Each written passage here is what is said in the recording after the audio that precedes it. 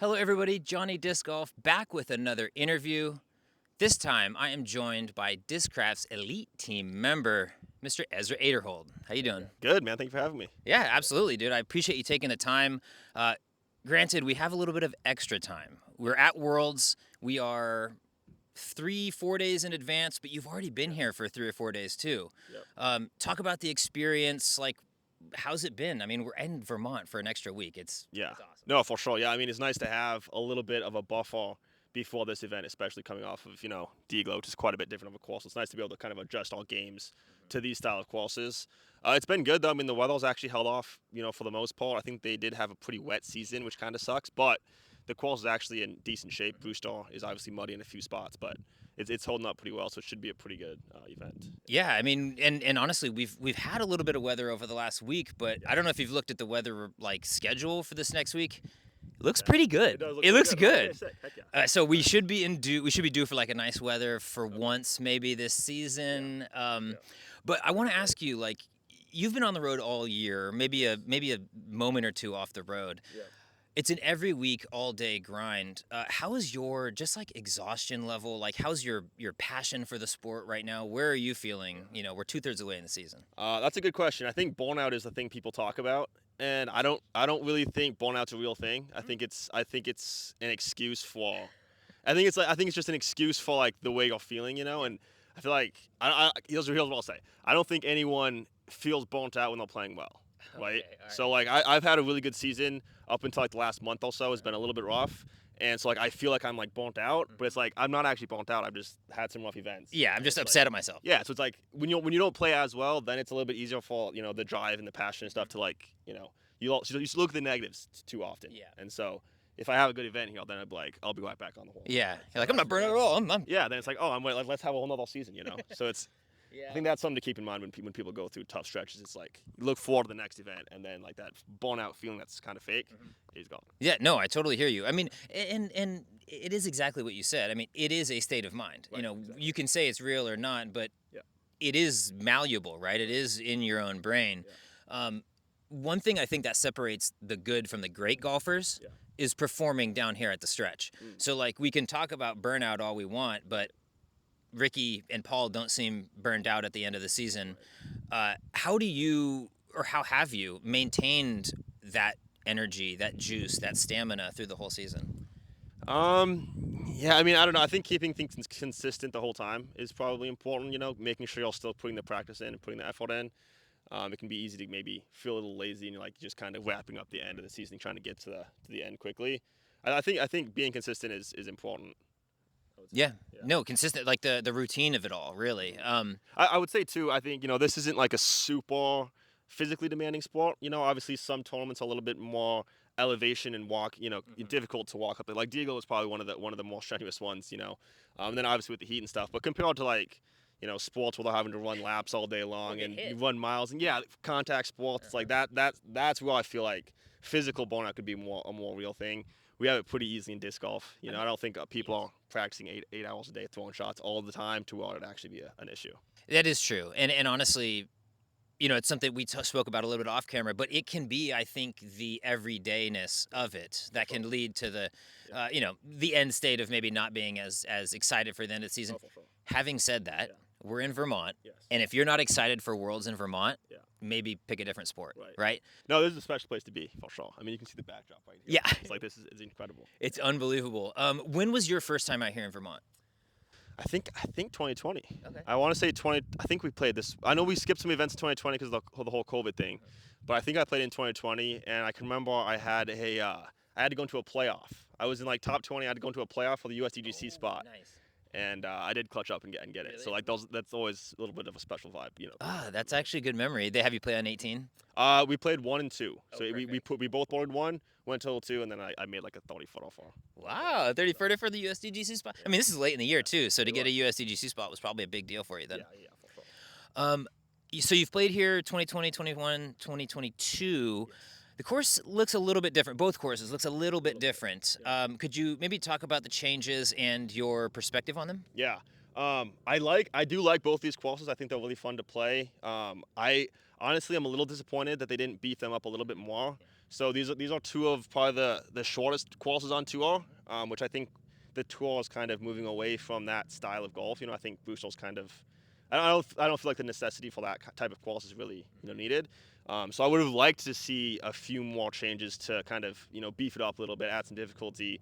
I think that's kind of the way majors should be thought of. That's kind of the route golf takes is they put pins in more difficult positions. They cut the grass to different lengths to make it more challenging, things like that. So I would have been excited to see some more difficult changes. They did make a few changes on Brewster to make it a little bit more difficult, which is good to see. And then there's a few changes on Fox, which I think actually make the course a little bit easier, which is it's a little bit disappointing again, but I mean everyone's playing the same course, and it's just a beautiful place to be. No, you nailed it.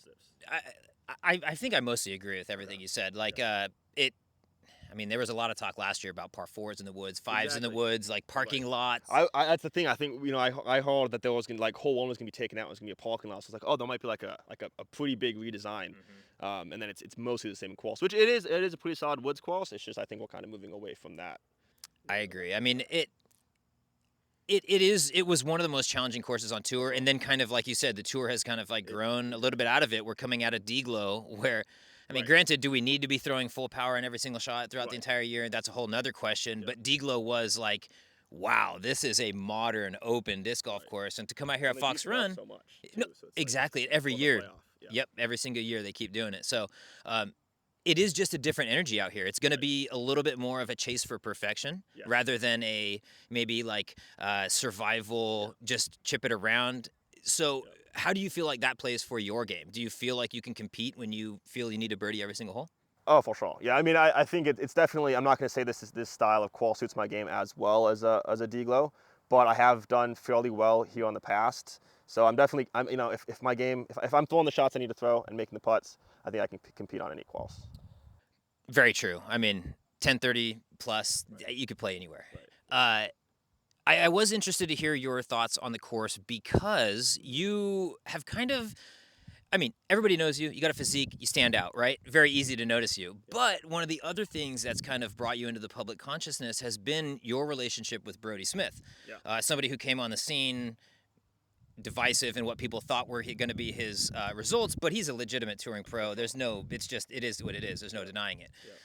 Could you speak a little bit to your guys' relationship, maybe how that started and what that has meant maybe for your career or brand? Yeah.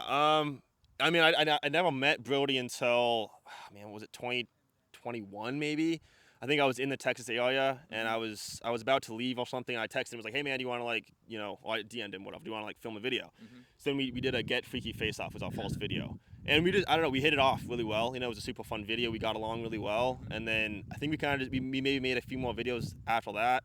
And then it started playing more practice rounds, and it just kind of the friendship grew like friendships do, I guess. And then now we actually stay together on the same Airbnb with Aon Gossage and Jeeves sometimes as well.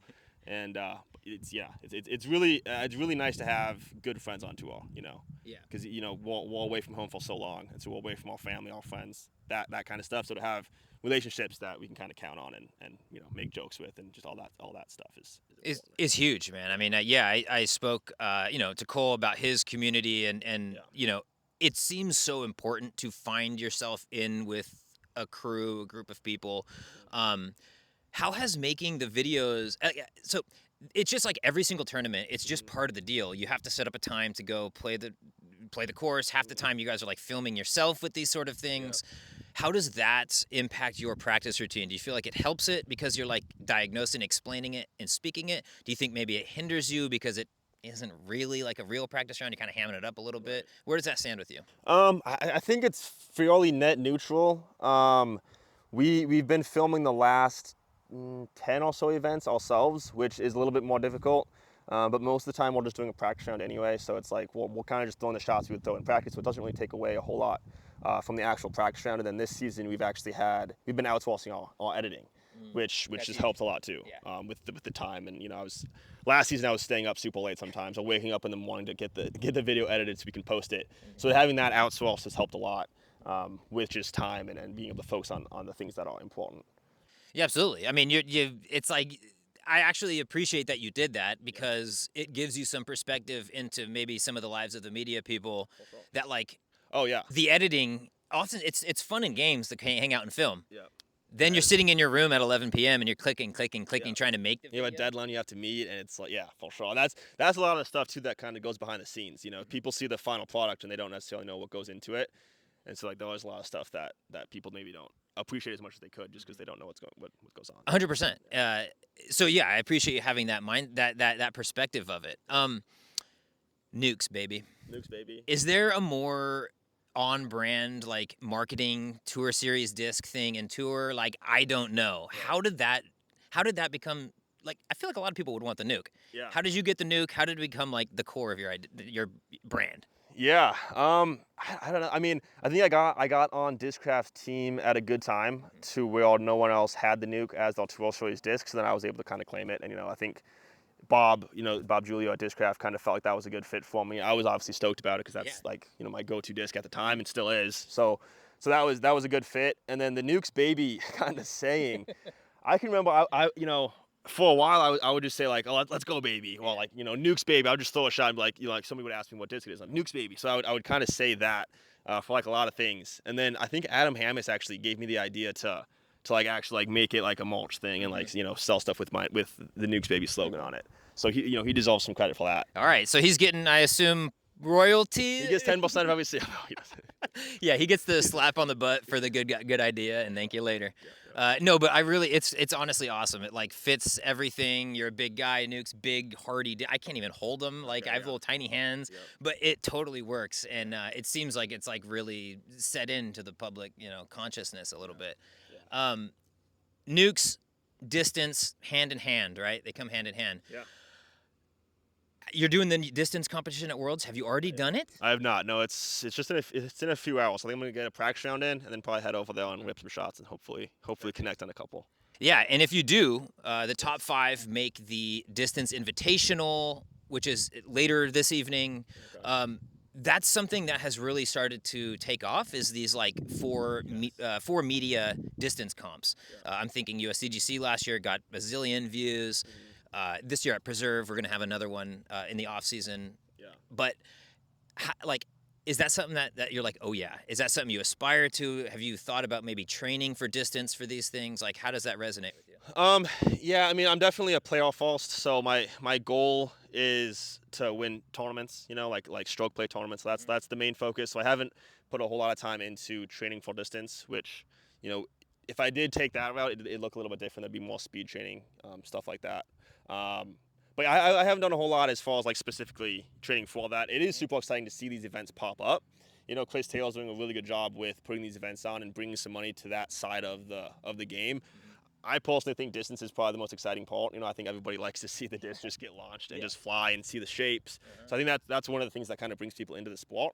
So I think it's really cool to be able to showcase that on a big stage and, hopefully continue to grow the fan base and let, some people like David Wiggins have a bit more of a spotlight because I think like, he kind of like people like that deserve it because it's such an incredible feat. No, totally. And you talked about maybe like not training for distance specifically. Yeah. David trains for distance specifically for a very long time. Yeah. It's not shocking that he's won the last 2 of these. I mean, I guess I haven't seen the Preserve, but yeah.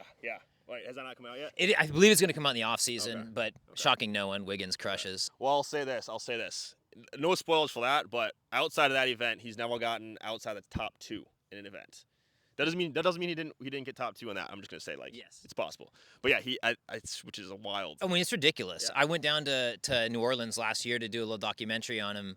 And I had never seen it in person. We're just like in City Park in New Orleans, and he's just like crushing these 3 like something that needs to be on TV or needs to be focused on. He's just hanging out on a boat, like ripping 360s on the marina. So it's been really awesome to see Wiggins and that whole distance kind of collective start to have little legs under it. Yeah. Well, I think too, as it grows and it gets, there's a lot more money in that side of it now. So it's cool to see that pay off. But I think once that continues to grow, like you could see more people focus more on that. you start having $10,000 to a champion. It's like that's when it's like, okay, maybe I will, put a little more focus on that and see if I can push for that top spot. I mean, they have it in golf. They have like these Exactly. guys who are these like distance specialists, and they're not going to score in the Masters, Right. but they've probably got a nice little career they can bond. Oh, for sure. Yeah, they can buy 500 goals. Yeah. Like that's, It's insane. It's insane. And the disc, you can see it in the air. The ball is like, yeah, exactly. the disc, so I'm really looking forward to that developing a little bit. Yes. So I took a little time and I went back on your PDGA Okay. just because I wanted some boy. perspective. I know, no. It's actually the opposite of that. Okay. I wanted some perspective on your growth and your kind of trajectory. Yeah. Late 2019, the first rating you ever had, which is insane, right? Were you playing for a long time before that?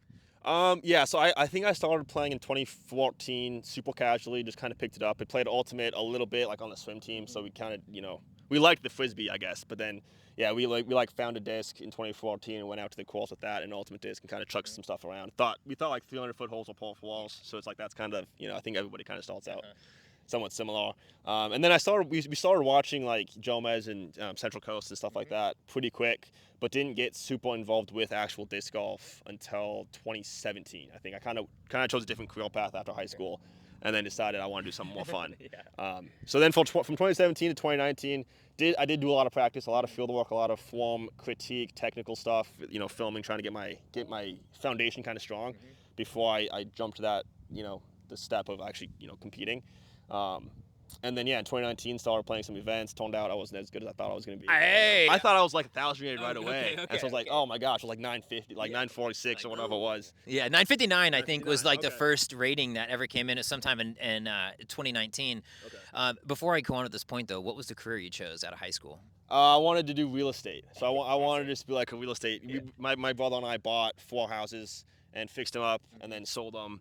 And it was like, man, there was a lot of stress with the selling part of it. We had to put a lot of time into the walk, and then taxes really get you bad. So it's like, it is something I'd like to get into at a certain point again, because I think it is really beneficial tax-wise and like, investment-wise and stuff like that.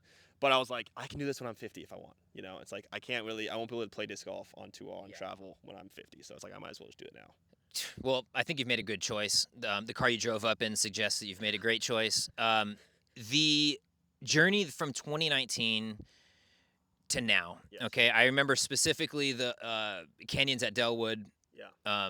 Clash of the Canyons, I believe, was the tournament. Took that one down. That was was it a silver series at the time, or was it just a regional A tier that had some coverage? I think it was just a B tier. Yeah, it was a regional B tier that did have some coverage. It had it had Philo and Nico. There was some pretty solid players at it.